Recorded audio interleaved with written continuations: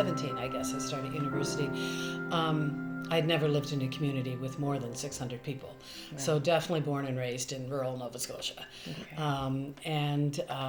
My dad died the first year that I was at university. And he had always been quite sick, so that certainly influenced our family dynamics. They were pretty low-key, I would say. Not poverty, but certainly lower middle class. The only first person in my family to do in a university kind of study. Mm-hmm. And anything that influenced me no, it's really funny actually, because I sometimes ask myself how I got there for that. I know that I always had sort of a critical kind of bent. I remember that my mom being just absolutely appalled at this situation that I did in the minister.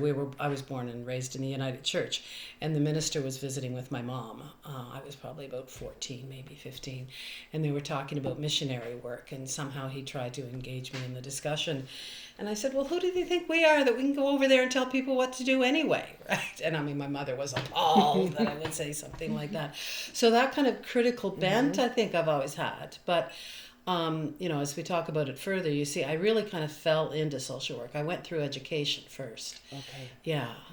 So I think initially it was my passion for education and kind of group stuff that through a roundabout way brought me to social work. Okay. Yeah. Okay. Yeah. So you studied education first? I did, yeah. I did, I did just a regular undergrad degree, and then I did a special education degree at Acadia, which would have qualified me both for school and at that time sort of resource teaching and those sorts of things. Okay. But I didn't actually ever teach in the regular school system. I was fortunate enough to get a job coordinating the educational program on the inpatient children's psychiatric unit at the IWK. Okay. So that was fairly different in terms of, but the special ed qualified me for that. So I'm trying to remember how long I was there. 2 or 3 years, I think. Okay. And then it was a decision to change living arrangements. Like I was living in Halifax, obviously then, and at that time I was married. And we wanted to be in more rural. We wanted to be in the valley. So just moved. Okay. And then what did I do? I worked as a teacher's aide for a little while.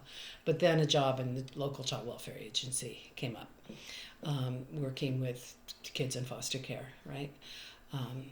Wards at that point. Mm-hmm. And I think I mean, like, years later, I would never have gotten that job without some kind of social work background or whatever. But I think it was my experience at the IWK with the teens and the stuff that was happening there that made them think I'd be okay for that child welfare job. So that's what got me into social work, really, was that kind of roundabout sort of way. Okay. Yeah. And about what year was that, do you recall? I thought, I got to write these all down because I'm terrible at remembering years. That would have been, oh dear, late 70s? Okay. Yeah. Yeah, I should have left the dates on these when I did them and sent them to you today.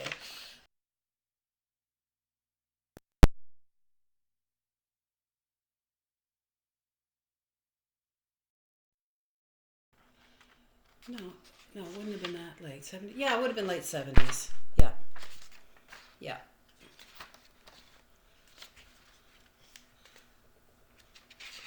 I didn't print out. There it is. Okay, when did I get my BSW? Well, I never really did. Yeah, late 70s. Okay. Yeah, early 80s. So what was happening in child welfare at that time? Were there particular issues or things that were seen as more significant, or do you recall any of that stuff? It's hard to separate some of the actual work I did with the agency with the sort of social activism kind of work that I was doing as well, right? So, for example, I know we did a lot around poverty. There was a group of us that did some sort of advocacy work around the absolutely abysmal rates of social assistance. At that time, provincial social assistance didn't exist. The social assistance and welfare rates were set by each individual municipality. We were still working under what was called the old settlement laws. Oh my goodness, I'd forgotten about that. So that would have been an issue because there was a whole movement to get rid of those settlement laws and have social assistance come under provincial jurisdiction. So there weren't such paternalistic, racist, what is it when you're, I don't know what the word would be in terms of just the degradation of people who were living in poverty. I remember having an argument with the person who was the coordinator or director or whatever of social assistance for Kings County, and the fact that there was nothing for dental support for people on assistance. And he says, well, people like that don't look after their teeth anyway. Right, so it was very much that kind of paternalistic, and because it was so local, it was almost incestuous, the people that would be in charge. So that whole thing around poverty was an issue. I think the whole thing of there was very little foster parent training or education. I know I introduced the first foster parent training program to our agency at that time.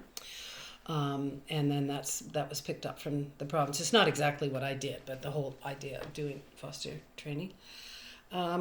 What else? I'm trying to think, it was during that time, no, it was later that the Canada Assistance Plan was repealed.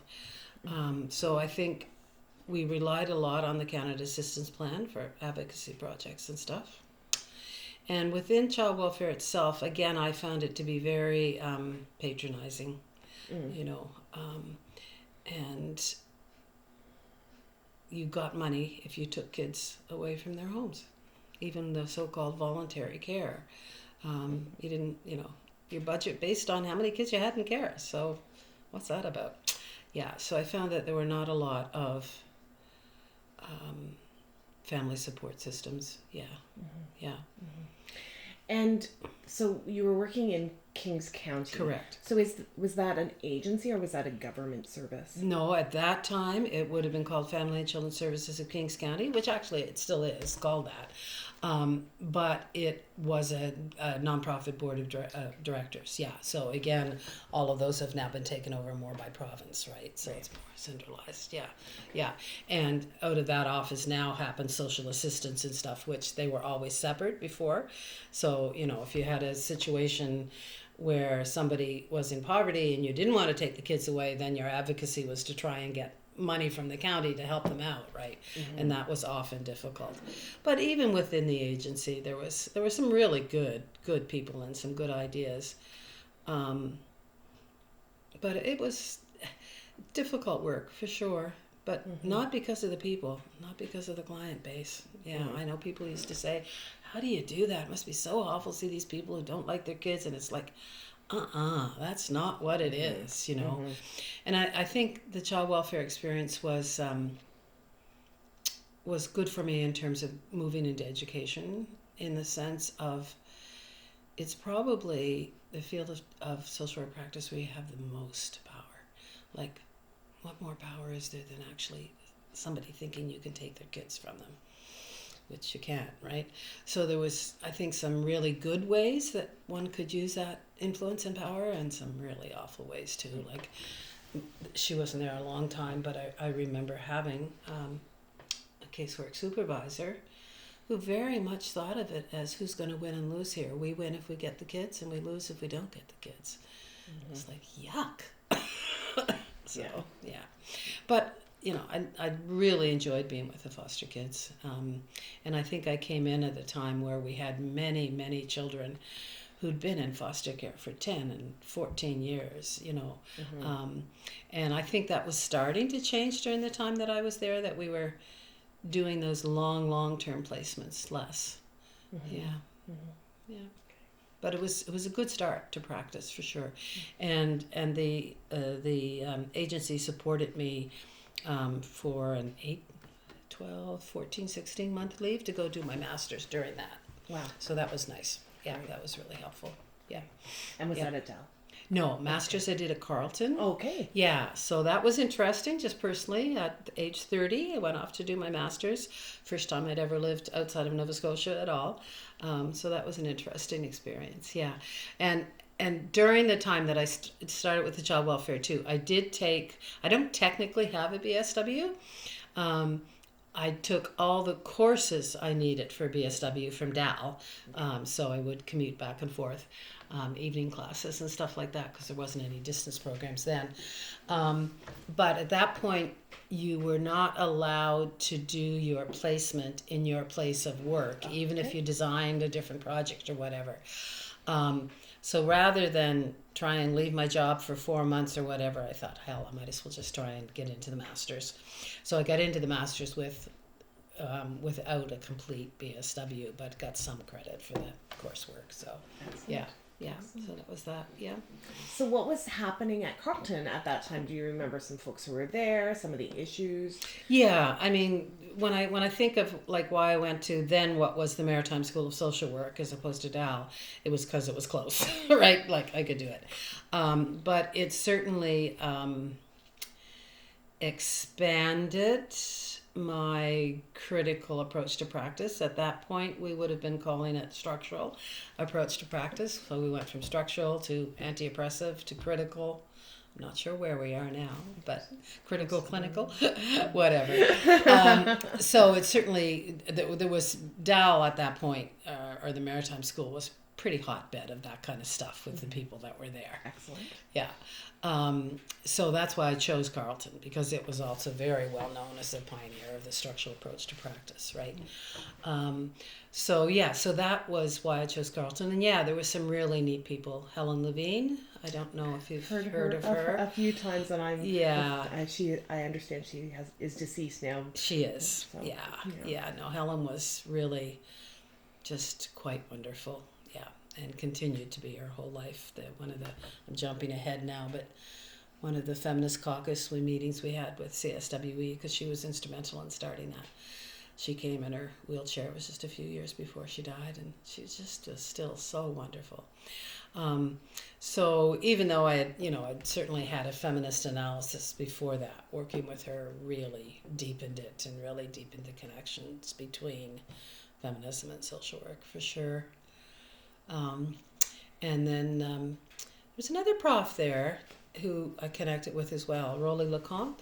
Okay. He had a very philosophical kind of approach to practice, and that appeals to me. Like, I like philosophy, I like playing with ideas and stuff. So Rolly and Helen actually served as our advisors for this special project we did. We didn't do a thesis, and I say we because we did a collaborative project. It was the first time that Carleton had done that, so we had to sell that kind of thing. So yeah, some good people there for sure, and some other people that were well known, but those are probably the two that I connected with the most. Yeah. Okay. Did you do a placement while you were there? Mm-hmm. Could you tell me a bit about that? In all honesty, I don't remember a lot of it. Okay. It was with, and I deliberately chose it because it was something that I didn't know a lot about. It was I'm trying to think what they would have called it. It's international. It was around international work. So community development and around sort of making international and local connections. I don't even remember the name of it. I didn't learn a lot in my placement, I don't think. So not a lot of it sticks with me. Okay. Yeah. That's fair. Yeah, to be quite honest. Okay. Yeah. Yeah. Just before we move on from university, you did mention that at the time when you were doing some courses at DAL, that there was a lot of interesting stuff happening there. Do you want to say a little bit more about that and maybe a little bit about who was there? Sure. Well, I think I was there at the tail end of a real shift from what my understanding was a fairly mainstream clinical approach to practice. What was it called before anyway? I think there was a different name even before the Maritime School, but so you had a few faculty members, one or two in particular, who were very much sort of clinical approach, or if not clinical, at least sort of mainstream treatment kind of stuff, right? Medical model? Yeah, medical, Okay. Psychosocial. Okay. Yeah, psychosocial, some medical probably, but psychosocial, yeah. versus people who were really wanting to be more political, more structural critique of society and what that means for the client base and who we are as workers. So I think of people like Joan Gilroy, Wanda, Thomas Bernard, Maureen MacDonald,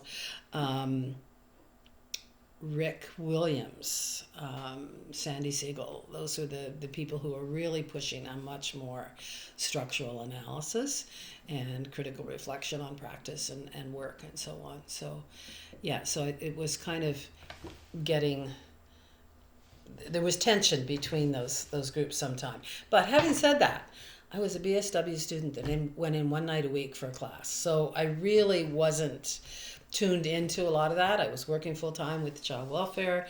I know I deliberately chose the courses that had those profs that I wanted, which I think we should all do. So yeah, I know it was, and even when I started working there many years later, there were still remnants of that for sure.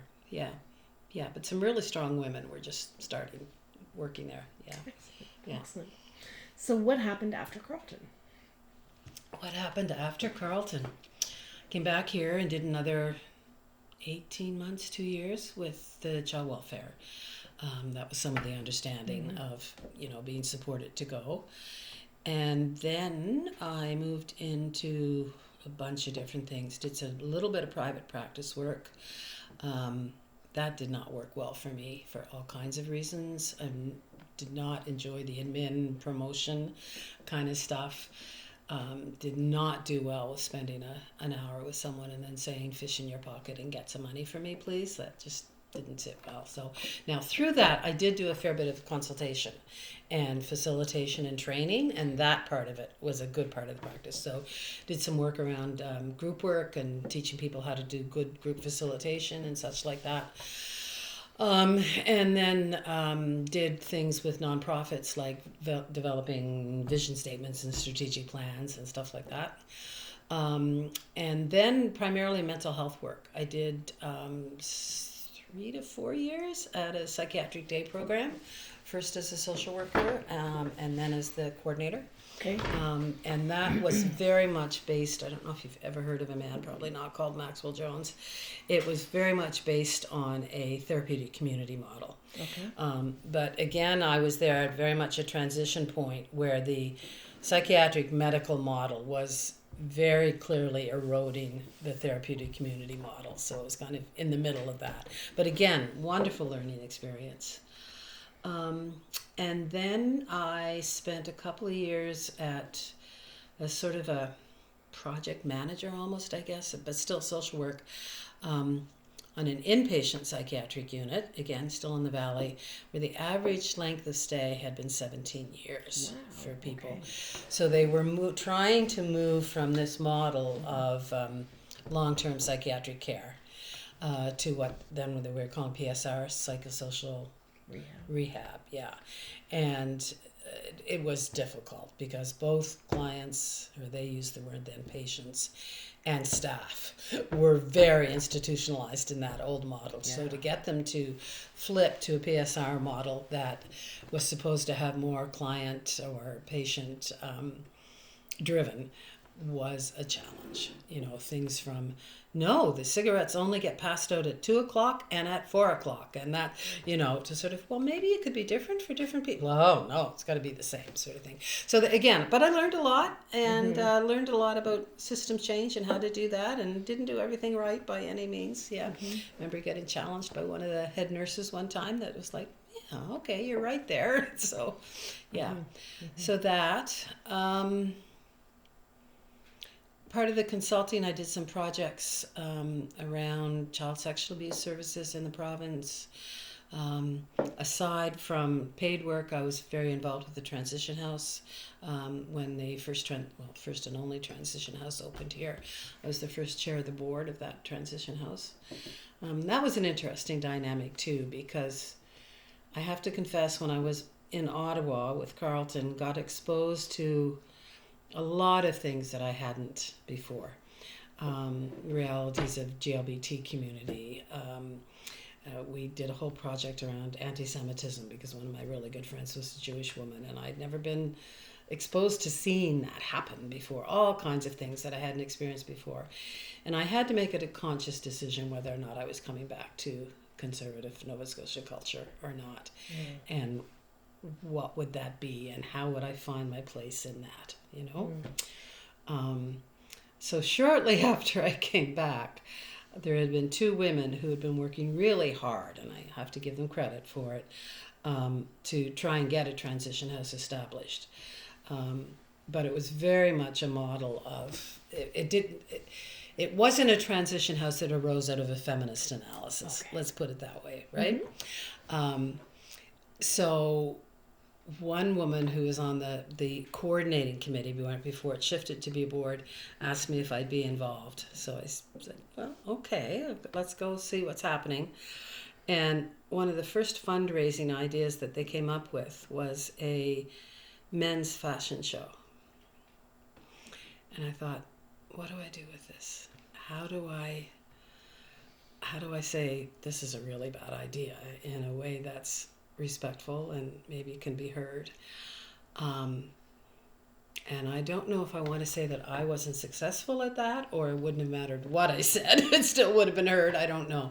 But I just got, who do you think you are, coming back from your big university education and, you know, that kind of stuff. So that, I think that in some ways is a constant tension for me in rural Nova Scotia.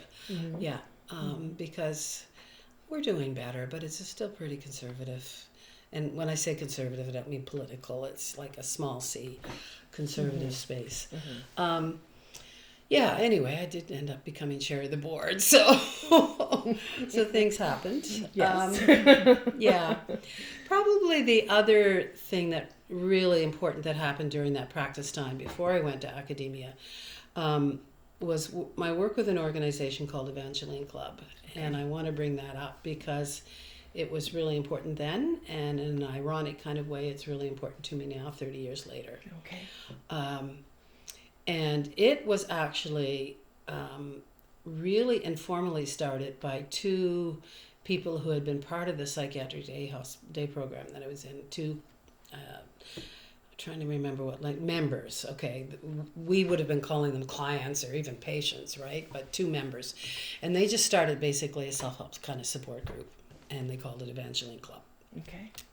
But then it expanded into actually being a facility on the hospital grounds, but aside from the hospital. And its philosophy, it had an independent board of directors, so it became incorporated as a nonprofit. And the philosophy was, we all need to belong. It was a place to belong. That's what it was. And very much the idea of having, we use the term members, not clients or patients, having members engaged in decision making.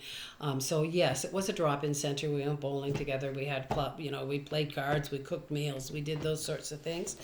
But it was the value base of that. And the idea of community and cooperation that I've often said to students is the best social work I think I've ever done, because it was truly the values that were important to me. Just a story that I always think to sort of explain the difference about this place is that at one point when I was chairing the board, so this was most of my, I don't think any of my work with Evangeline Club was ever paid. But when I was chairing the board, the first board there too, I had a member of the club who was co-chair with me. So it was very much a sort of mentoring and developing skills and stuff. So we would meet a day or 2 before the board meeting to say who's going to do what and what's the agenda. And certainly I had more knowledge in that area, but he was coming along. So one day I met with him for that, and he said, I don't think I can chair tomorrow. Anyway, the night before, he had done some really serious slashing and self-harm, and he was all bandaged up and everything. And he said to me, he says, I'm so glad the club was here because they wouldn't have discharged me otherwise. The fact that they knew he was going to have that support and that people were around kept him out of hospital. And there were numerous stories like that. So Evangeline Club has always been a very important place in my heart. And I don't know if you want me to jump ahead 30 years. Jump ahead, because I think it's nice to kind of align it with what's happening now. when I retired from the school, from academia in 2015, and then, yeah, it was a while after that. I wasn't ready to really jump into anything, but I think it was late 2021 or early 22, I knew I had been keeping track of what Evangeline Club was doing, and I knew that it had moved locations a few times, gone through different directors and not directors, it never had a director, staff and so on, but I knew that it was in its own building in Berwick. Okay. And then I came across somebody who'd been on the board or whatever. Anyway, it ended up getting itself in real trouble, and it actually had a situation where the staff paychecks bounced, and they just closed for 2 months. So I came in November of 22, trying to, and they had nobody as a chair on the board. They had 3 people who were trying so hard, but really didn't know how to make a board work and things like that. So I came chair in November of 22, and that has been my passion since then, is getting this place back on its feet, getting a secure board going and all of this kinds of stuff. So I would say for the first 12 to 18 months it was basically a part-time job, the amount of stuff that had to be done. But about a year ago we had funding. We were able to get enough funding to hire a part-time executive director. So now the board is starting to move to more to what a board should be, Right. as opposed to, I mean, we were doing personnel, we were worried about whether or not there was toilet paper in the bathrooms. I mean, that's the level that the board was at. But again, I think it would be fair for me to say that I really contributed to getting it going again. We've still got challenges. The same challenges for any nonprofit is something more than knowing on March 20th that yes, you will have some money on April the 1st. There's no long-term agreement, or not insufficient long-term agreements yet. But it is interesting to me because it still is that place of a place to belong. That's our tagline. That's what's on our website. And it's still those values of community, member engagement, participation. I call myself a member of the club, right? It helps my mental health to go there. So it's an interesting thread that came great. back. Yeah, full circle. Yeah, very Yeah. much so. Very Yeah, neat. lots of detours in between, but yeah. Wow. Yeah. That's great. So going back to the first iteration of Evangeline Club, what happened after that? Oh my golly. That was during the time that I was with the psychiatric day hospital and the rehab center. And then I decided really to let my personal life take priority, and I moved to England to be with my sister and her 4th child that was being born. Wow, that's an exciting change. Yeah. Wow, yeah. what was that like? Well, that was really interesting, and I have to confess, by that point I was becoming somewhat skeptical about mental health treatment. There was a really neat book called, I can't remember the name, guy named Peter Small, I think. And his whole point was, we don't need counseling, we don't need therapy, we need a world that cares about each other. So I was very cynical at that point about whether or not I'd ever go back to mental health work or whatever. And as I say, my sister was in England, I had 3 kids, and her 4th was on the way, and I want to be a known person to these little individuals. And, that was another personal piece that gets complicated. When my sister just had 2 kids, she was still in England, but I was going through a really challenging physical time where I was off work for a while, and I used to judge my days by whether or not I could stand up to brush my teeth. If I could stand up when I brushed my teeth, I'd say, okay, I'd make it through the day. So it was almost like a chronic fatigue kind of Epstein-Barr sort of thing. So she came over for a few months to look after me with her 2 kids, who were then 4 and 2, I think, which was wonderful. So I got to know them a bit, and then so I just decided to do something different.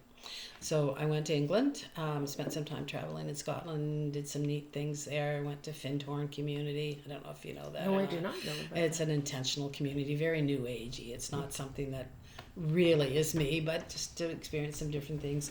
And then I did do a 6-month maternity cover at a child welfare agency there, what they call a local authority. Okay. Yeah, so I did do that for just 6 months maternity cover. And it was interesting, like there were more people employed by and working with what they call the local authority where I worked than lived in my own hometown. Okay. Right? So it was a very, very different sort of context, but the issues and the challenges that people deal with, just absolutely the same. Yeah.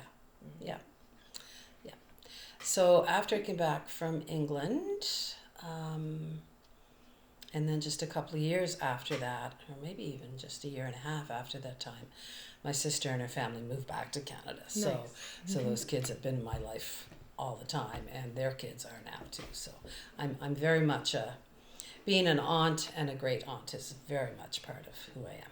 Excellent. Yeah. And I think I did a little bit of teaching when like a sessional with community college and maybe a project, but then I moved into the academia pretty quickly after that. Yeah. And just out of curiosity, like how did that transition happen? What was it that led you there? Yeah. It's not a transition that would happen now because I had a master's in social work, right? An education degree too, and a resume that showed a fair bit of teaching and stuff. But you'd never get on a short list for a position now without a PhD, or at least well into a PhD, right? So how it initially started is there was a 25% position offered through, then again, it was still the Maritime School of Social Work. And one of the, I was going to say debates then, but I think it's a continuous debate or critique of the structural, anti-oppressive, critical, whatever you want to call it, approach was that it's great in theory, but it doesn't teach good practice skills, right? The Maritime School decided to hire a 25% position whose job was, and they did set it up as weekend workshops, the job was to teach practice skills congruent with, again, they were using the term structural then, which to me is not a challenge. There's a big connection between the two. And I think that's one of the things that I've always been able to do quite well is make theory and practice connections. So that was the 25% position. So I got that, which was reasonable given my history and master's and stuff. But while I was there, a full-time faculty position came up. And I applied. And I was astounded that I got it because I just had the master's. So I was hired on a 3-year contract. And then that was renewed for another 3-year contract, but at that point of that renewal, it was made very clear that there would not be any more unless I pursued a PhD. Okay. And that had never been on my career dreams. I never had considered the idea of needing a PhD. But I loved the job. I loved the teaching. So I love the teaching and I love the curriculum development, and I mean, pedagogy is my thing. So I wanted to keep the job. Right. So I did do the PhD over the next few years. Yeah. Yeah. Okay. Yeah. And where did you Did it through Memorial. Okay. And they say that you're supposed to choose your PhD program based on who you want to work with and who can be challenged, and in all honesty, I didn't choose it on that basis. I chose it because then they were doing a program that you could work full-time and still do the study. So we had 2 spring-summer semesters that we had to go in residency and be there for spring and summer, and did 3 full courses every time we were there, and then other courses, and then comprehensive exams and dissertation and stuff was done by distance. So that worked for me. And I certainly got some things out of it, for sure, but not as much as I think it's possible to get out of a PhD program. Some really good fellow students that, a few that I've maintained contact with and such. But not the informal stuff you get of just being together for a whole year time or whatever, and the coffee shops and that kind of. I mean, we had it for the 6 weeks we were there, but we were doing so many courses in such a short time that there wasn't a lot of free time. We were writing papers and doing all that sort of thing. And the approach, I mean, my thesis supervisor was good. She certainly understood what I wanted to do and where I was coming from, and was one, like you had commented earlier when you said maybe I'll change my program, and your supervisor said no. She was very good at that too. She was, this is not your life's work, you know, this is this piece. So supervisor was good and supportive and helpful, but it was not a structural program. It was not an anti-oppressive program by any means. And by that time I had started the PhD, I'd really gotten into the anti-oppressive work and had been doing writing and developed a website and that kind of stuff around that. So it was a matter of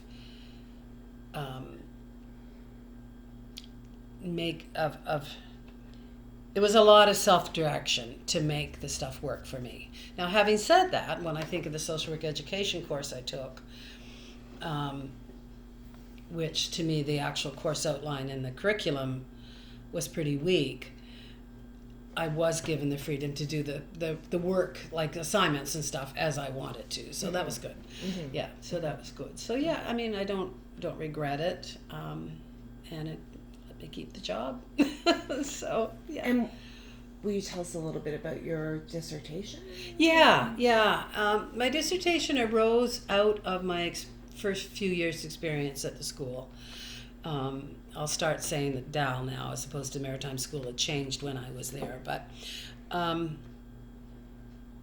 I felt that there was a real incongruency, a real contradiction between what we taught and how we taught it.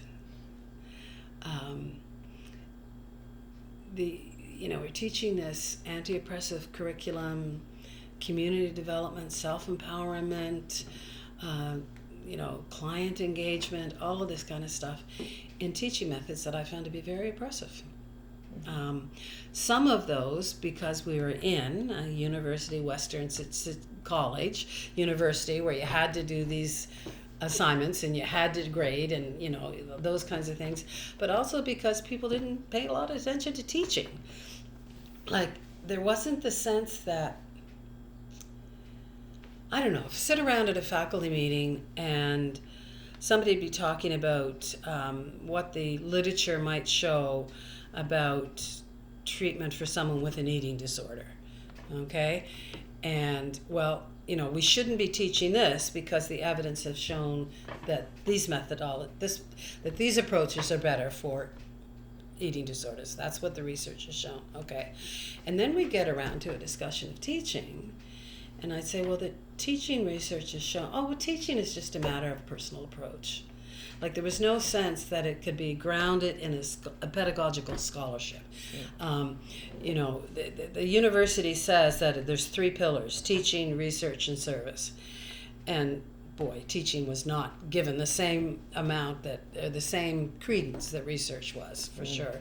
So I really got into the sort of stuff that talked about the scholarship of teaching. So not just teaching, but teaching rooted in pedagogical scholarship, right? Which I don't think most university profs really know a lot about, to be quite honest.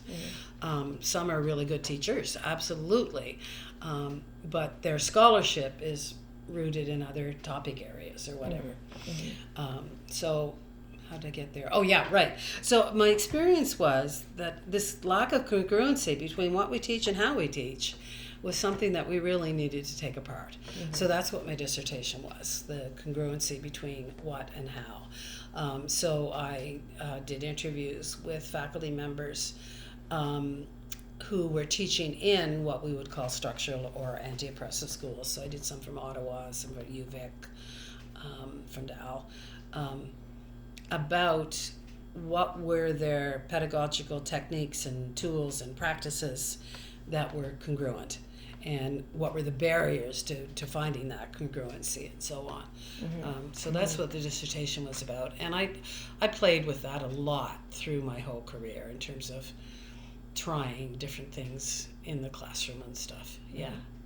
So it was fun. Excellent. So once you had finished your dissertation and received your doctorate, what happened? Well, then in terms of employment, I was shifted into the probationary tenure track, the tenure track, and then so on, right? But I wasn't a good or a great researcher. I did not do much research. I got hooked on to a few people doing some research projects, but my focus again was really teaching, the scholarship of teaching and curriculum development. So it meant that I never made it to the full professor rank, because you just couldn't do that without research projects. It wouldn't happen. And I actually stayed at the first assistant rank for most of my career. It wasn't until I got a couple of teaching awards and then became president of CSWE that somehow then my resume was good enough to move to associate, even though I didn't have much research. Like I don't know if I ever brought any research money into the school, not like some of my colleagues did. So to me, scholarship of teaching is not given the same credit that other kinds of research are.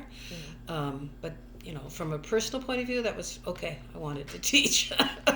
and I did a lot of curriculum development work, like oversaw complete revision of the BSW program and very much brought in, I don't want to say that I brought in a social justice focus, because it was very definitely an anti-oppressive or critical reflection focus with everybody there.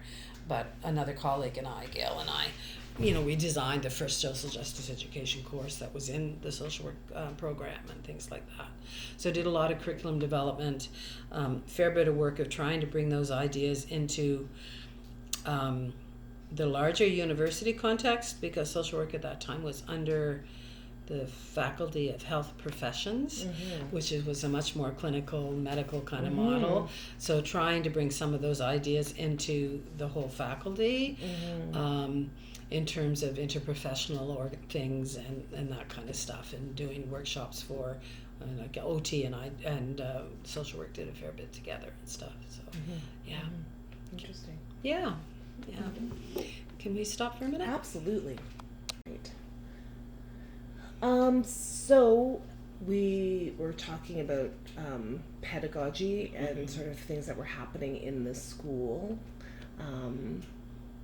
What other things in terms of your teaching career, your time at DAL, that might be noteworthy before we talk about CASWE? CASWE.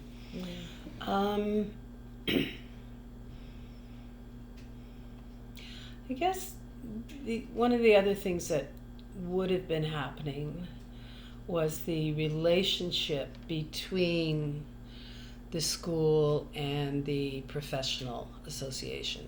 Okay. At that point, it was the Nova Scotia Association of Social Workers. They've since gone with what a lot of associations do, and now they're calling themselves the college, which I never quite understand, to be quite honest, because I think that's really confusing to people. They hear college and they think it's an educational institution. But anyway, so at the time when I was at the school, well, I think it changed in the last 3 to 4 years I was there, but from my perspective, the Social Work Professional Association was quite conservative, or small L liberal at best kind of thing, and there was a real conflict between the anti-oppressive or critical social justice-based stuff that we were teaching, and what the association felt students needed upon graduation in terms of practice skills and that kind of stuff. And again, yes, the analysis is great in theory, but it doesn't play out in practice, right? And there was some validity to that. I don't want to say by any means that, the university had it all together and the association was crazy. Because I don't think we did do a good job at teaching the skills that are associated with the critical perspective. I think that's really fair. I think that was a fair critique. We did do it. And the skills are definitely there, but we could have done better, I think, absolutely. I think we could have done better. But I guess that gets me into, okay, now I'm going different tracks here now. I'll stick with the association for a minute. So there was a fair bit of conflict there, and then also near the latter time I was there, conflict as well from trying to remember, because Judy was director then, she still is. There was quite a push that you guys have to change your curriculum because it's not meeting the needs of the workforce. Okay, so it wasn't just coming from the association; it was coming from government officials and other kinds of places too. So I would say that was a constant tension. Yeah, maybe I want to say tension as opposed to conflict through the whole time I was there, that constant tension. And it, I think it articulated itself in two ways. One, the whole debate about whether or not if you were a social work educator, you had to be licensed as a social work practitioner, when licensing came in. That was one tension, and then the other was around the whole competency debate. And I don't, you know what I mean, I think by that, right? But basically it was when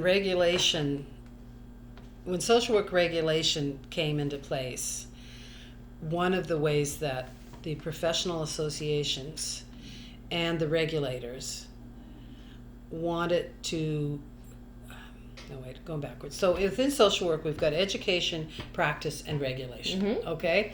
And it used to be you could go right from education to practice. Then when regulation became stronger, and I'm not opposed to regulation, but when regulation became stronger, they wanted to be a gatekeeper to practice. So instead of going right from education to practice, you'd go from education, have to meet the regulatory standards, and then go to practice. So then the question became, what are those regulatory standards and how are those determined? Okay, so most of Canada regulation was moving toward the idea of a competency-based exam, so that a graduate from school had to demonstrate through an exam that they had specific social work competencies in a bunch of different levels. And that very much followed the American model, because they had that kind of set up. So over 15 years of the time when I was still at the school, and the Nova Scotia Association was wanting to introduce competency assessments, and then when I moved on to the national level and the national regulatory bodies wanted to introduce competency assessments, I've been involved in that tension from day one, basically. So, your question, what significant things were happening during that time? So that would definitely be one. I think for me, another thing that was happening that certainly contributed to an early retirement was the former Maritime School of Social Work became less and less insulated from the larger university. Some people say that's good, you need to be integrated and have the resources and all of that. And in some ways, they're right. But I found that but universities are a corporate business now.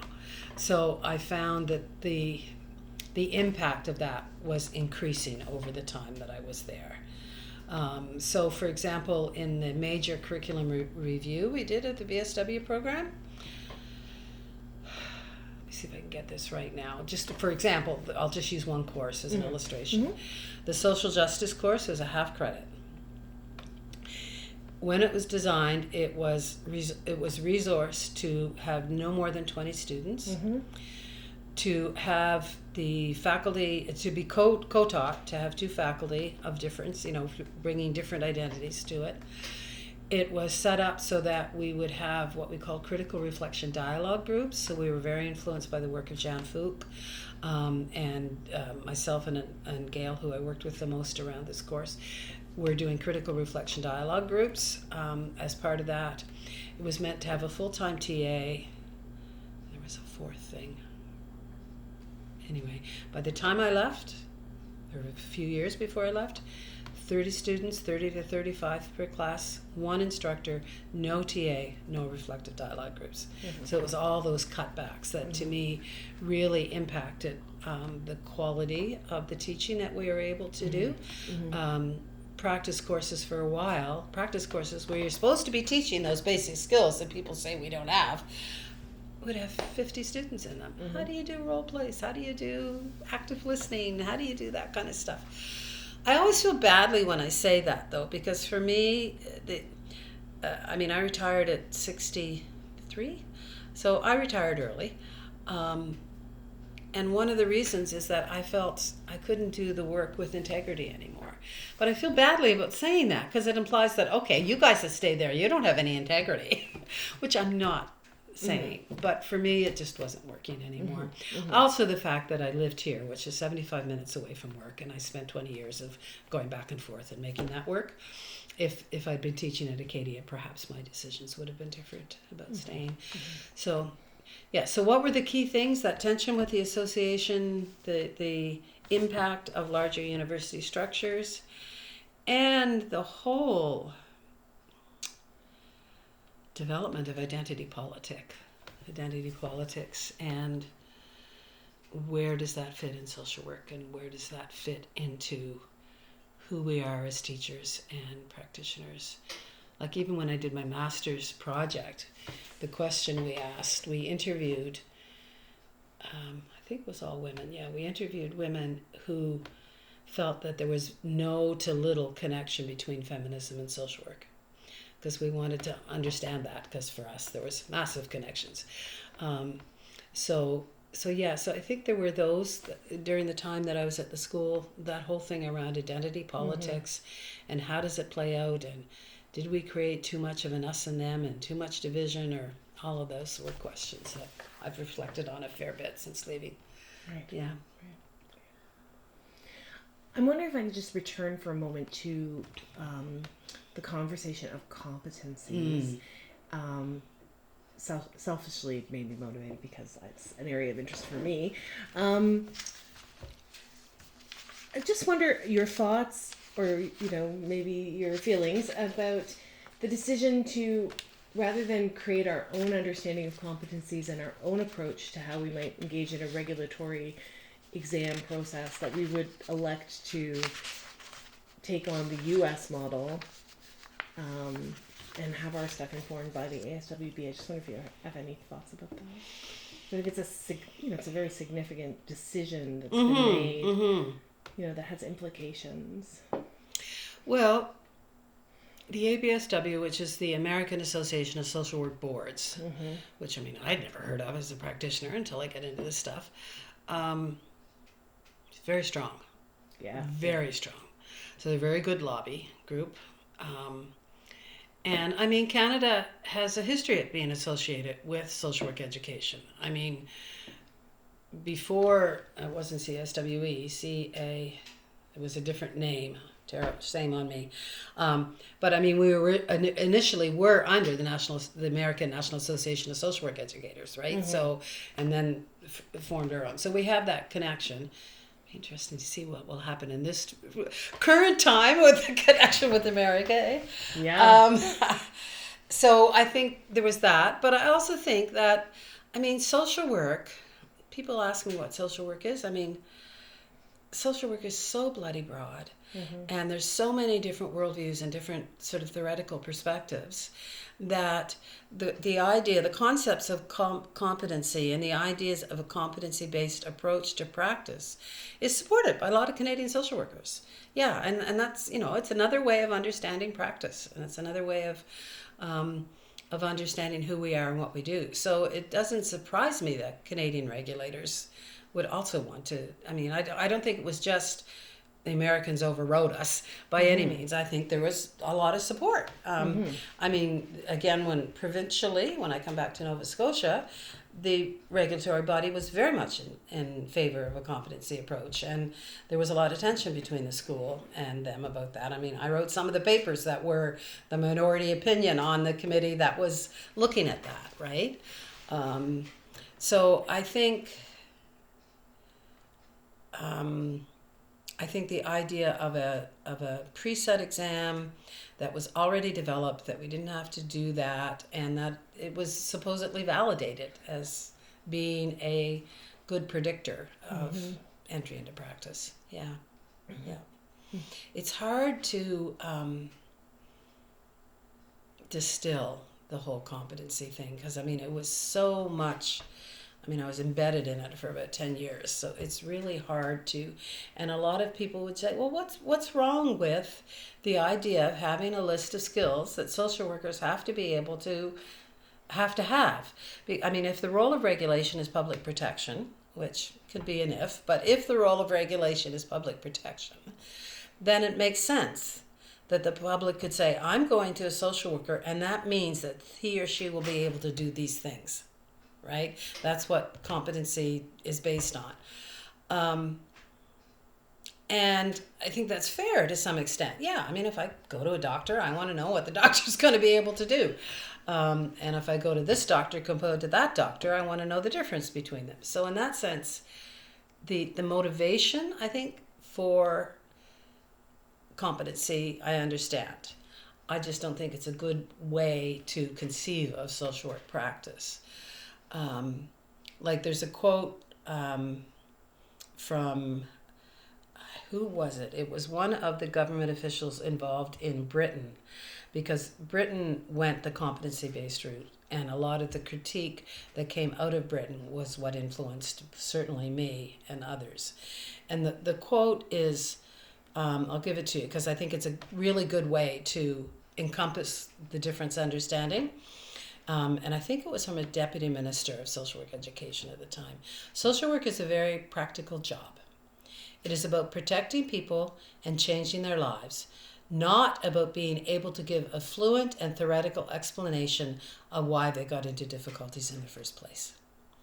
And to me, that captures the tension. The social work should be, from my point of view, a theoretical understanding of why we got into difficulties in the first place, not just going in and fixing it or trying to do something with it. So that tension's just played itself out within all three sectors, within education, practice, and regulation, for sure. Yeah.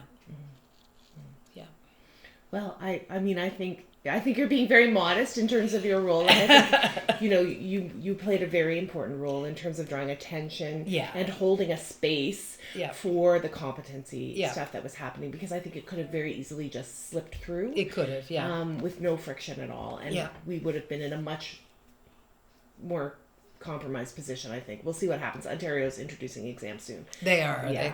And I think Alberta have they not? I'm not sure about Alberta. I know that BC has one. Okay. And did they take the ABSW ones? Yeah.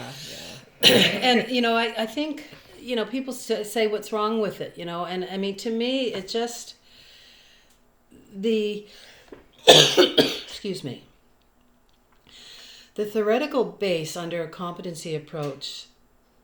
First, it assumes that we can objectively discover knowledge, which I have a challenge with, and that our practice can be reduced to like predefined measurable tasks, and social work is not that simple. It's not that simple. That it can remain consistent over time, and that it doesn't vary with context. Like the definition of competency was the skills that people should have on the first day of practice, regardless of the practice location or context. Well, the skills that you need to work in, with an Inuit population are completely different than the skills you need to work with a group of white men. It's so, that's what gets me. Excuse me. But yeah, I did spend a lot of time on the competency art stuff, both provincially and federally. And I am quite, you're right, I'm proud of that. I mean, and I'm also proud of what Nova Scotia's done around regulation, because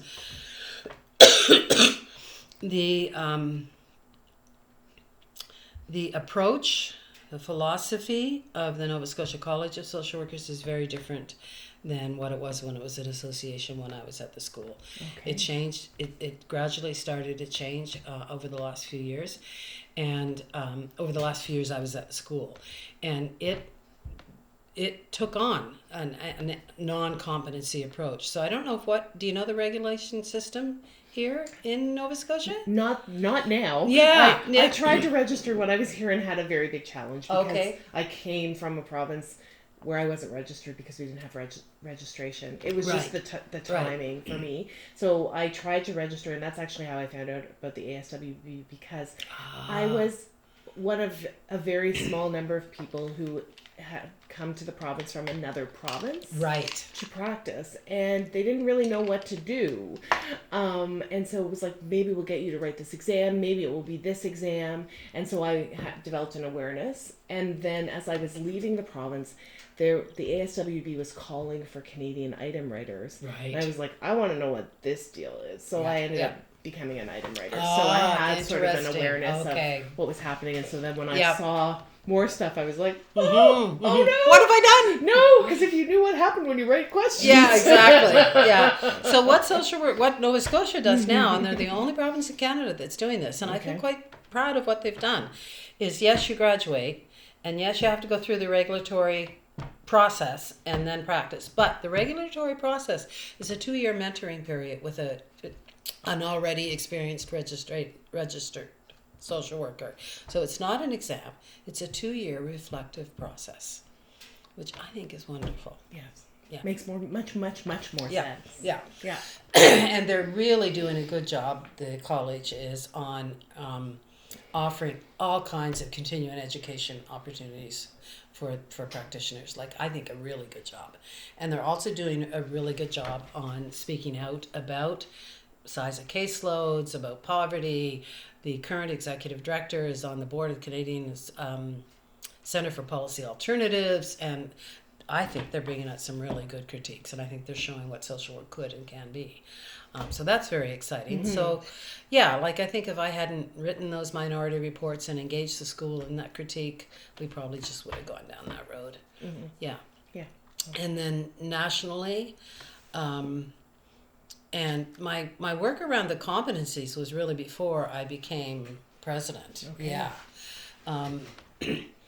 The work with CSWE has really been, it's really interesting to reflect on, because I've been engaged in CSWE almost since the time that I started. I mean, I think the second year I was on a faculty, I applied to do a presentation, workshop. And I had 2 people show up. It was very discouraging. But anyway, so I was very involved in CSWE, but from the activist stream, let's say, of the organization. Chaired the Feminist Caucus for a number of years, very involved in the Feminist Caucus. And it really was through the Feminist Caucus that the critique about competency came to the floor of CSWE. Because I'm trying to remember how, oh my goodness. Yeah, because the leadership of CSWE at that time was engaged with the regulators around developing and giving feedback on the skills, the list of competency skills that they had developed and stuff. And there was not critique coming from the floor. It came through, it came from the floor, but it came through the Feminist Caucus and all the various critiques that happened there. I'm sorry, it's gone. I should have looked that little piece up about what was the relationship between CSWE and the regulators. Anyway, they basically had given approval to the idea of competency-based practice without in any way bringing it through the membership, right? It just somehow happened. So, and was there some relationship, and I could be incorrect, so do correct me, ASWB do sort of a review of competencies? Like they laid claim to what they considered to be Canadian competencies by doing a study? Could be. I don't remember that. The study was so, like, American social work and Canadian social work, in my opinion, is not the same. Different. So where they went to look for what does a social worker do was very minimalistic in terms of what our skill that's right. I remember the survey. Yes. That's right. There was a whole survey about that. Yeah, I'd forgotten that piece. Yeah. Yeah. So I did multiple as part of the Feminist Caucus and a part of this kind of ad hoc anti-competency group that we put together. I did a lot of presentations to various schools. We spoke at the AGMs and all over the place and really tried to hold, Ajit Van Sand was chair at that time, really tried to hold them accountable. So I think, again, the resistance was somewhat successful around that, for sure. Yeah, yeah. Important, yeah. Yeah. So how did you become president? That's a story. That's a story.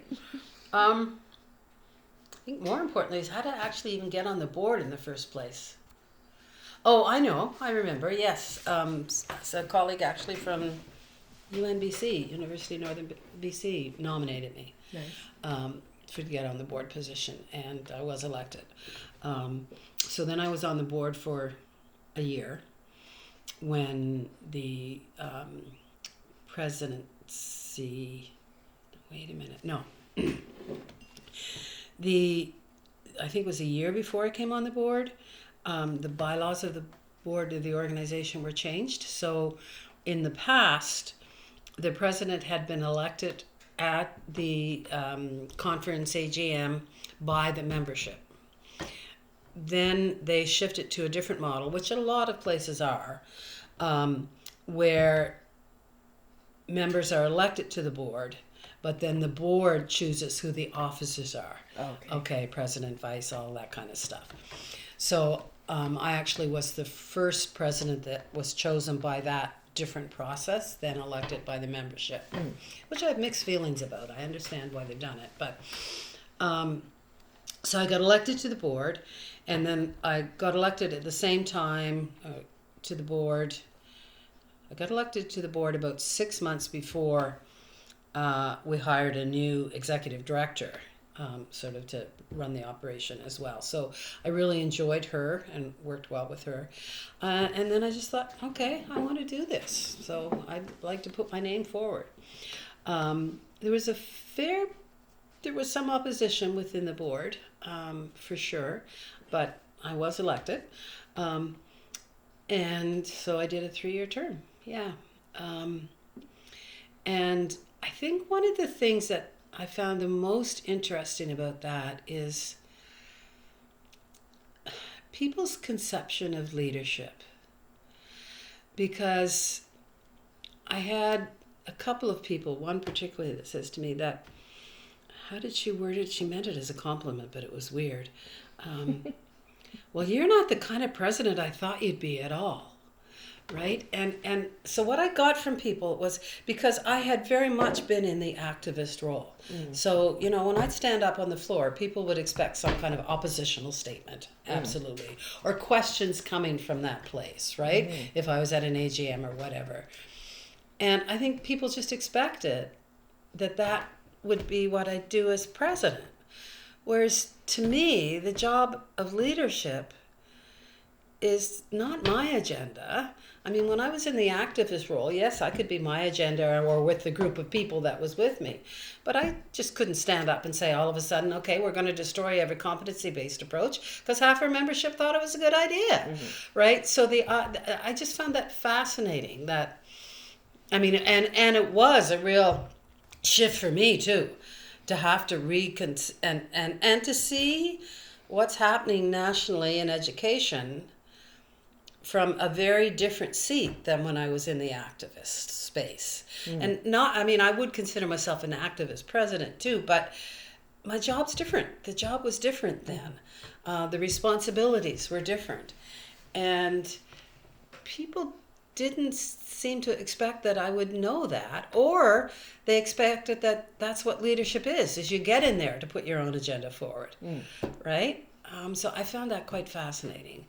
Because to me, leadership has to be listening, it has to be consultative, it has to be responsive, which is a challenge if you've got 50% of people thinking this and 50% of people thinking that, and how do you do it, you know?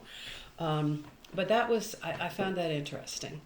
Yeah, I loved the CSWE work. It drove me crazy sometimes, but I loved it. I loved working with Alex Wright, who was the ED at that time. We worked extremely well together, and we've maintained a solid friendship and connection. Nice. And I had a chance to learn and find out what really was happening in most of the schools, and there hadn't been strong leadership, I don't think, before. So I think, I pulled people into saying this organization is important, and we need to listen to each other and figure out what's going on. I think the Francophone community felt supported by me, totally unilingual. I mean, my Francophone colleagues would tease me because I get 1 or 2 new words every year, right? But having said that, I think we still supported who they are in the organization and so on. So yeah, I don't know, what else do you want to know about? I mean, there was a project at the end that I want to talk about, but just generally CSWE, I don't know, what else? I guess, were there mentors who assisted you along the way to kind of take on that different positionality in terms of the leadership? Alex was helpful, for sure. Because, her background in social work was administration and stuff, so she was very good at that. My Dalhousie colleagues were extremely supportive, and, Dal gave me course reduction workload and stuff to be able to do this work. So that was good. And I certainly developed a core of colleagues within CSWE who were helpful. But that particular discussion, no, that was pretty much self-reflection, I think. Yeah. But it was fascinating to see the differences in what is social work in Canada. And I can see why people get really confused about it. And I remember one of the things I tried to do as president was just visit as many of the schools as possible. Well, I didn't get to all of them by any means, but I remember being in Toronto. And, okay, let me get this now. Yeah. And first visiting what was then Ryerson. What is it now? TMU. University of Toronto? No, Toronto Metropolitan University. So TMU. it was Ryerson.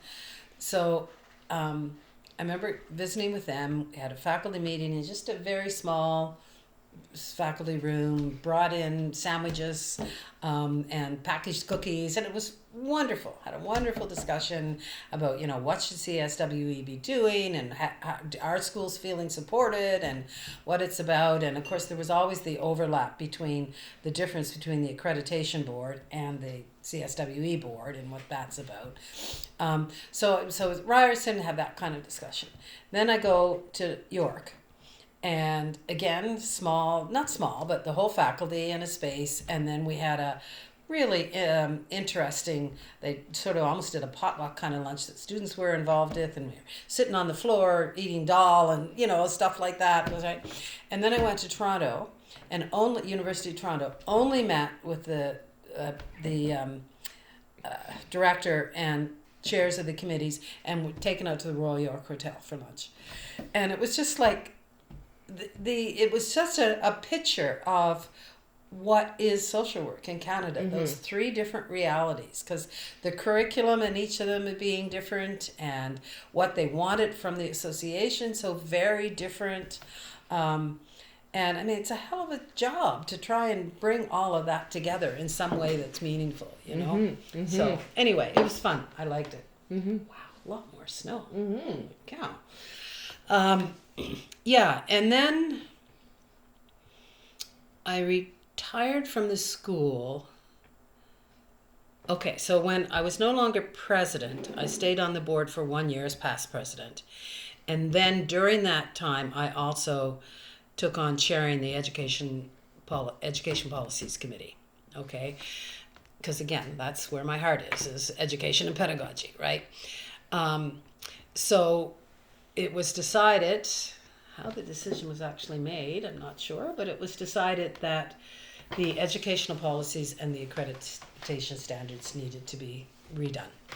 Okay, so for people who don't know, at that time there was two different documents: educational policies and accreditation standards. And what the accreditation board does is basically give stamps of approval to the program of schools every 7-8 years, whatever. So they go and visit a school, and the school has to demonstrate that they meet these educational policies and accreditation standards in order to be called an accredited school. And you, as a student, you want to graduate from an accredited school because your professional organization isn't going to license you unless you graduate from an accredited school. So there were a couple of reasons why they wanted them redone. One, because they were quite old and they didn't reflect the reality of practice in a lot of ways now, but also because it was extremely confusing to have a policy document and an accreditation and standards document. So they wanted those two documents to be pulled together. Mm-hmm. So that's the kind of project I love. I just love that sort of stuff.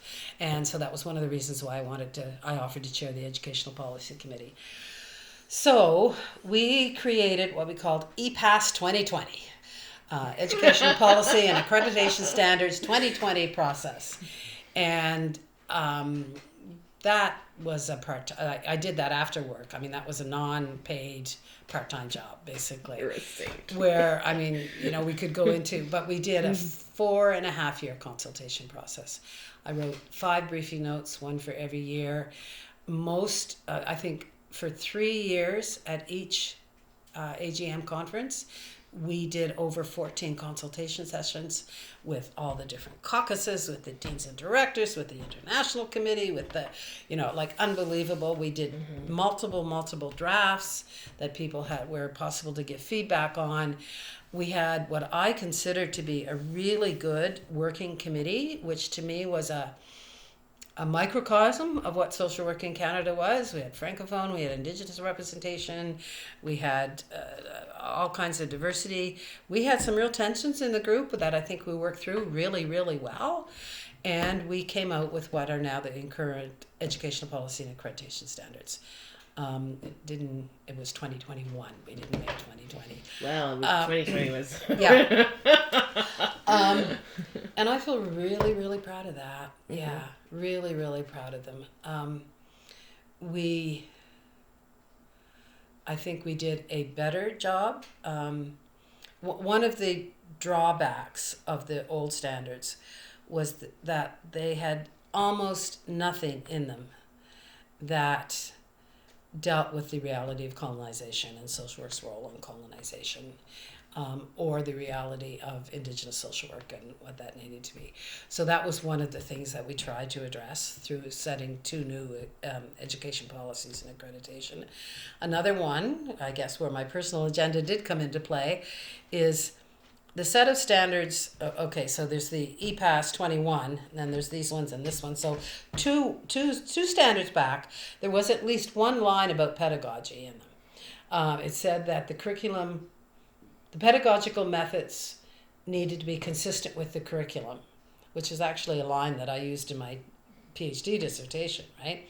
In the standards that came just before the ones we did, no mention of pedagogy, no mention of teaching. We're social work education, we're accrediting education programs, and there was no mention of teaching.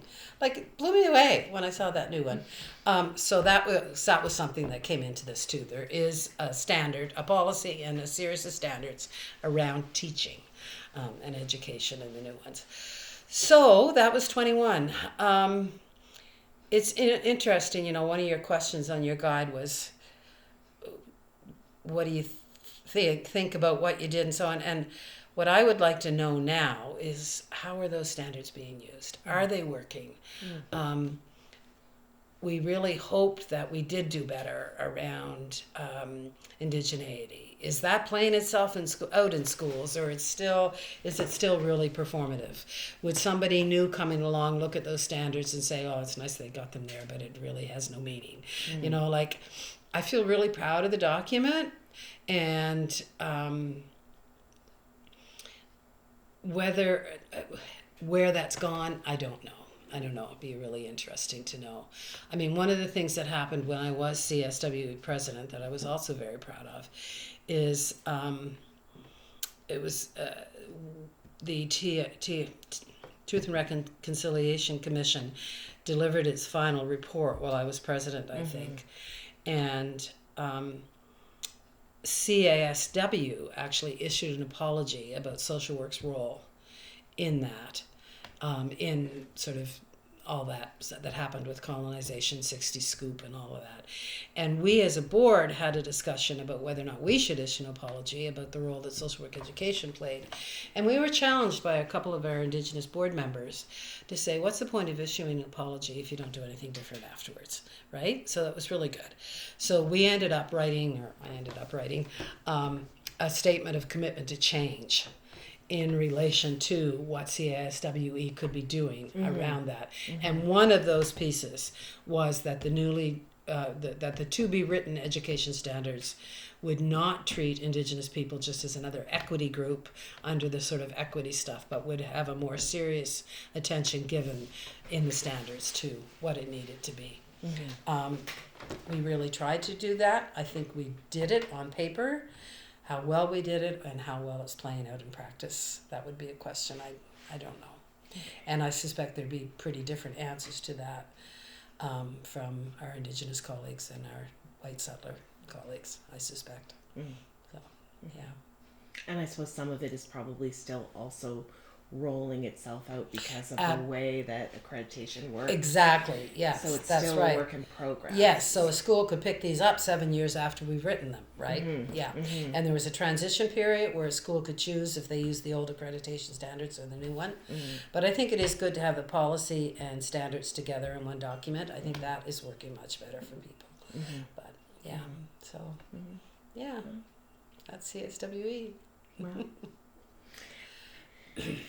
And so since retirement, you've returned to Evangeline Club. Anything else that you want to mention that you've worked on? Yeah, I think the other thing that I've done is to some extent rose out of my work with CSWE, but is what I've been calling, for the lack of a better label, settler education. Now, I know the word settler is contested for all kinds of reasons, but my approach to the social justice work has almost always been from the locations of privilege, that we need to understand who we are when we're in the privileged positions, okay? So I know I get so frustrated. You get a book on diversity, right? Social workers, social chapters, social work with Latino people, social work with GLBT, HIV, social work with HIV, social work. I want the chapter on social work with white men, right? Like we've got to look at privilege. We've got to understand when we are in privileged positions, how we're impacting what's going on. And there was a really good, I don't know if you know the book by Bob Pease, Understanding Privilege in Social Work. Yeah. Okay. We use that as the text in the social justice course. So that's always been a thread for me. All right. So if I'm dealing with issues around disability, then I'm not sure now. I was going to say I need to understand it as an able-bodied person. I'm not sure I can take that label now, given things that are happening. But anyway, you get my point, right?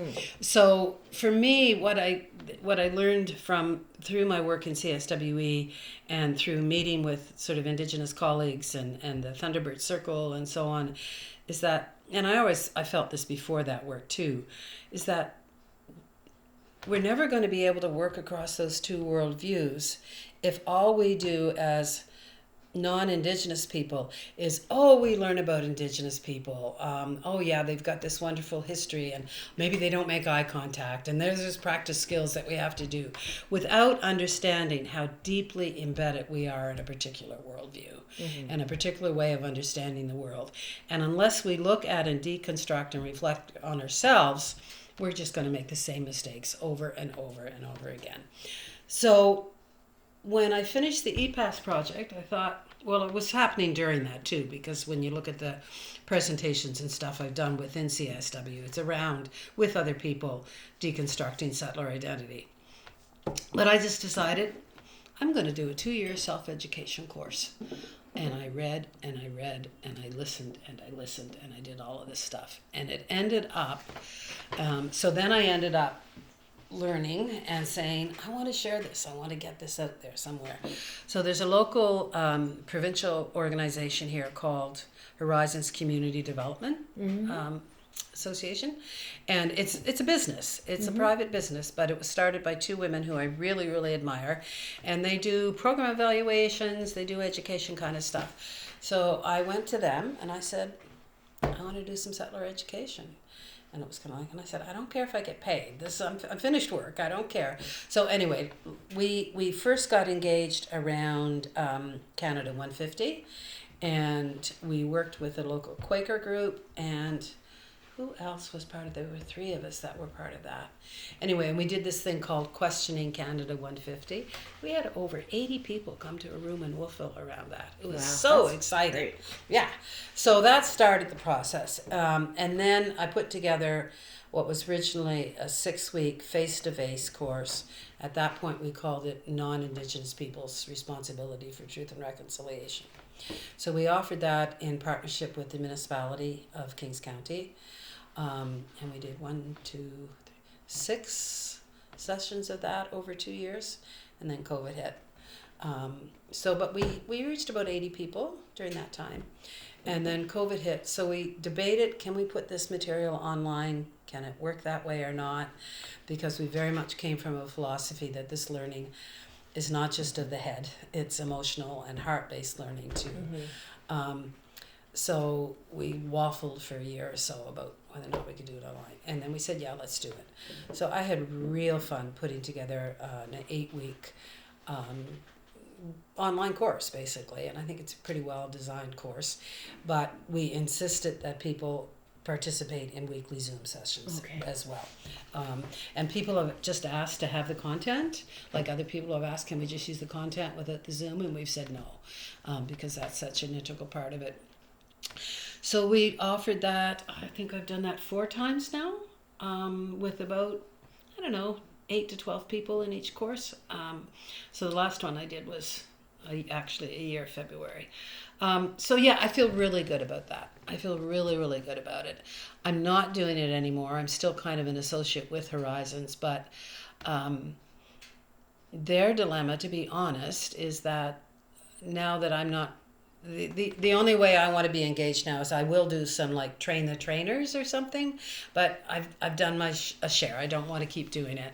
So I did do a train the trainer session with them just a couple of months ago. But their challenge is they're a business. They have to make some money. They have to, like I was doing it for very minimal honorariums, and it's not the financial thing that's making me stop. I've just got enough else in my life right now. And I'm getting older. Yeah, but I do feel like, and I've done like 2.5 and 3 hour workshops on that too, like with the Blomidon Naturalist Society or with other workshops, or I was involved in a protest about clear cutting forests, and we were out in the middle of the forest in tents, and I did a 3-hour workshop on that, So I feel really, really good about that work. That's definitely a highlight of what I feel I've done. But yeah, so that's kind of post-retirement. So now most of my work is Evangeline Club and doing some more personal development stuff around mindfulness and stress management and that kind of stuff. And one of those, I said, being a great aunt was important to me, and one of those little ones is just about 2, and she's actually close by. Nice. The others are in BC, which is a drag, but I do go see them a lot. So spending time with that little one and stuff. So yeah, so life's full. Yeah. Along the way, you have mentioned some mentors. I'm just wondering if there are any other folks you want to mention who provided you with guidance, or you had a special learning relationship with, or just noteworthy people. I think, particularly around who I am as a settler and indigeneity and all that sort of stuff, Gail Bakey, his colleague, she's still at the School of Social Work. We did a lot of the social justice course development together. We did a lot of writing together. If you look at my publication list, she's on a lot with a lot of it. She certainly taught me a lot, for sure. Judy McDonald around disability issues and living with disability, and I mean both of those people are good friends now as well. I'm trying to think. I think that would be the two I'd mention. I don't know if I was going to mention to you that there's another person that you might want to interview is Melinda Weinberg. Have you heard her name? Yeah, I know. I've met Melinda. Let me put it that way. Yeah. I use her work a lot. Yeah. I mean, Melinda, she's probably Canada's utmost scholar around social work ethics. Yeah. And we've worked together a fair bit. So. She's still here. Is she still? No, she's in Toronto now. Okay. Yeah, she's retired. She's retired, and she's in Toronto now. I may ask you to help me make that connection. Sure. If that's possible. So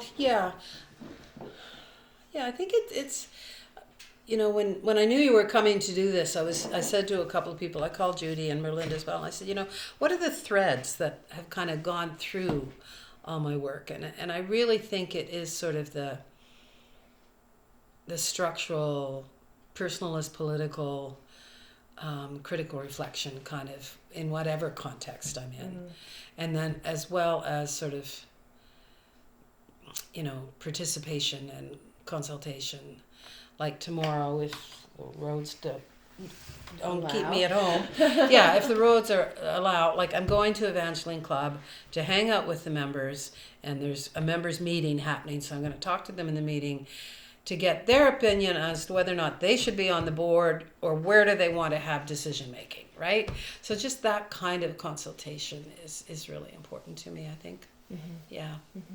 And there's never, there's been a distinction between my professional and personal life, certainly, in the sense of, this piece of something I get paid for, and I feel very lucky to have had that job that I had. And, it's provided me a pension, which I don't want to ask where it's coming from, but anyway. But, like camping out against the clear cutting to me is social work too. So there's not that big distinction. Yeah. Integrated. It's integrated, yeah, for sure. But not without boundaries. No, that's right. Yeah. The balance. Yeah. So I think. So really, kind of the last question. Yeah. What advice would you give to somebody who is, stepping into their career and who wants to be an innovator and a change maker and a leader within social work, whatever that means to them? Wow. What advice would you give? You can't do it alone. Okay. You can't do it alone. Like when I think of the CISWE work, without having the feminist caucus, without having the colleagues to talk to, without having the, tell me, am I off here? Like, have I messed that up? Right. So that would be one thing. So like if you're in a regular, I don't want to say regular, but direct practice kind of situation, and you're worried about the size of caseloads, you can't do anything about that by yourself. No. Or very, very little. And, I used to do this exercise with students. I'd divide the students in half, and I'd say, on this side of the classroom, list all the things that you know are causing social workers stress, that are difficult for them in their workload. So caseloads, kind of. And this side, I'd say, list all the things that you're told to do to manage stress. Get a bath, meditate, right? And I'd say, what's the problem here? Like, what's the problem? Because on this side, it was never join your union or join your association. So that kind of thing, I think, if you want some change, you can't do it alone. Yeah, and it needs to be a collective process. Direct practice has changed so very much from when I was in it, and I even like that I feel like I don't have a sense of what direct practice is about enough to give to sort of have advice. Like even when I was supervising students through field placements or whatever, I'd be really quite astounded at what they were and weren't allowed to do. Like most of my work with foster kids would be picking them up and going for an ice cream and be car therapy, because that's when they'd actually talk. Mm-hmm. Well, when students did placements, they weren't allowed to do that. They had to see them in their office. And it's sort of like, so that to me just totally changes the dynamic. So I feel kind of out of touch with direct practice work now. But if you're thinking about going into social work, I would suggest that people really understand what a broad field it is, and choose your place of study if you possibly have the luxury to do that, which I didn't, but choose your place of study based on how your school understands what social work is. And then when you graduate, do your best to get a job that at least has critical opportunities to be consistent with your values and how you understand the world. But I mean, Jan Fook used to, actually when you talk about mentors, Jan's Fook work was really important to me, and she was with us for a short time. Mm-hmm. So yeah, I have learned a lot from her around the critical reflection piece. And she says that there's always critical possibilities, that they're always there. But don't expect to get it all done in the first year. Long haul, and look after yourself. I don't think I did that very well. Take time. You're worth looking after. So, yeah. Mm-hmm. Right. Any final thoughts? Final stories? Oh my gosh, could go forever. Take joy in the little things too, I think. Like, I know at one point you talked about, if there's any artifacts or things that are important to people. Mm-hmm. I remember when I left the day hospital and went to England, I got this delightful poem from the members that were there at the time, so take joy in those little things. And then at one point I got a wedding invitation from, I'm not excited particularly about a wedding invitation, but what it meant, from a young woman who I'd taken into care the day before she turned 16 because of sexual assaults, and stayed in contact with her. And yeah, she invites me to her wedding. Like that kind of stuff's really, really important. Yeah.